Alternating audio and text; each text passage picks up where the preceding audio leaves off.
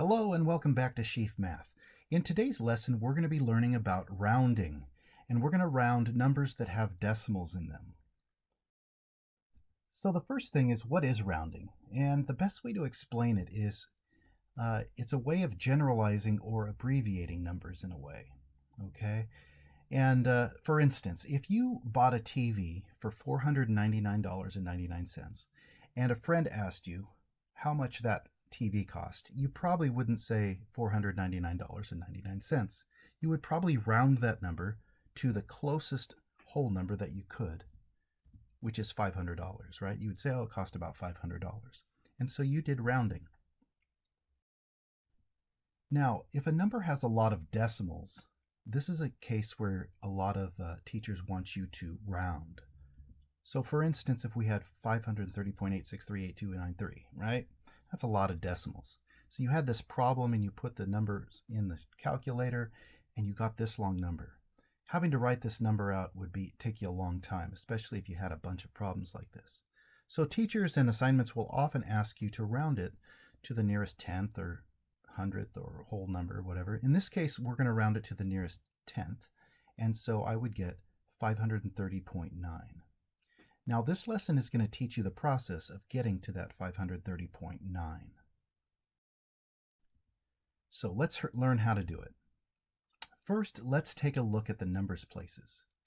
If you're not familiar with the numbers places, I encourage you to get familiar with them, but I'm sure that most of you are, so this is going to be kind of a review. So the 3 is in the ones place here. That's the number that's just in front of the decimal. The second number to the left of the decimal is the tens place. So we have 6 tens, which is 60. And then we have 9 in the hundreds place, 9 hundreds, which is 900. Now, the number just to the right of the decimal is at the tenths place. Notice that TH on the tenths. So we have 1/10 right there. The next number to the right is the hundredths place, 8 hundredths. And the 4 is in the thousandths place. Now it keeps going to 10 thousandths and 100 thousandths and millions and all those things. And it also goes to the left as well. But these are the ones that we're going to worry about right now. So here is the process on how to round. So you're given a problem, round to the nearest whole number. And we've got 32.7.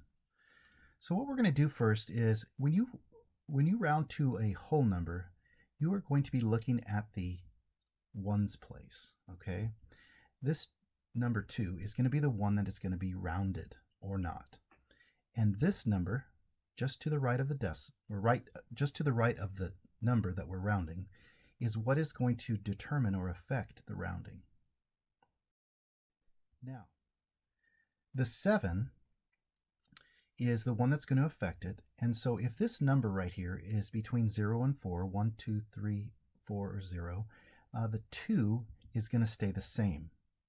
If it's 5, 6, 7, 8, or 9, the 2 is going to go up 1. And because this falls into the second category, 7, it's going to raise the 2 up 1, giving us 33. Okay? Now here's another one. We're going to round this one to a whole number again. So we'll look at 6 will be the number that we're rounding. And then we're going to look to the number just to the right of it, 2. That's going to affect the 6, whether it rounds or not.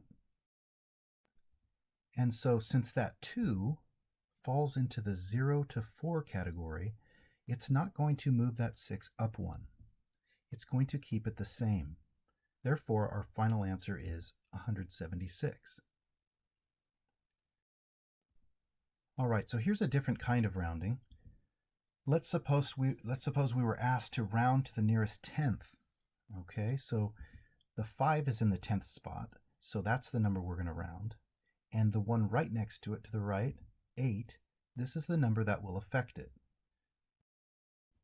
Now, since the 8 falls into the 5 to 9 category, that 5 is going to move up 1. And so our final answer would be 237.6.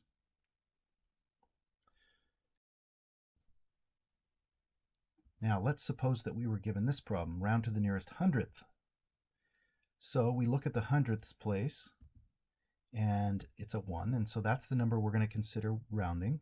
We're going to determine it by the 4 there, whether it's going to go up 1 or stay the same. And so this 4 falls into the 0 to 4 category, so the 1 is going to stay the same, giving us 849.21. Now let's look at a tricky one. Well, at least a tricky for the beginners of rounding. Let's say that you are asked to round to the nearest whole number. Okay, so 9 is going to be the one that we're rounding, and 6 is going to be the one determining whether it rounds or not. And since the 6 is in the 5 to 9 category, we're going to move the 9 up 1. Well, what happens when you move 9 up 1? You get 10. So really we're moving 49 up 1, giving us 50. And so your final answer here would be 850. All right, well, there you have it. I hope that helped with rounding numbers with decimals. If you need more help with this, I encourage you to rewatch the video or pause it at any time to grasp the concept a little better. Thank you for watching, and we'll see you next time.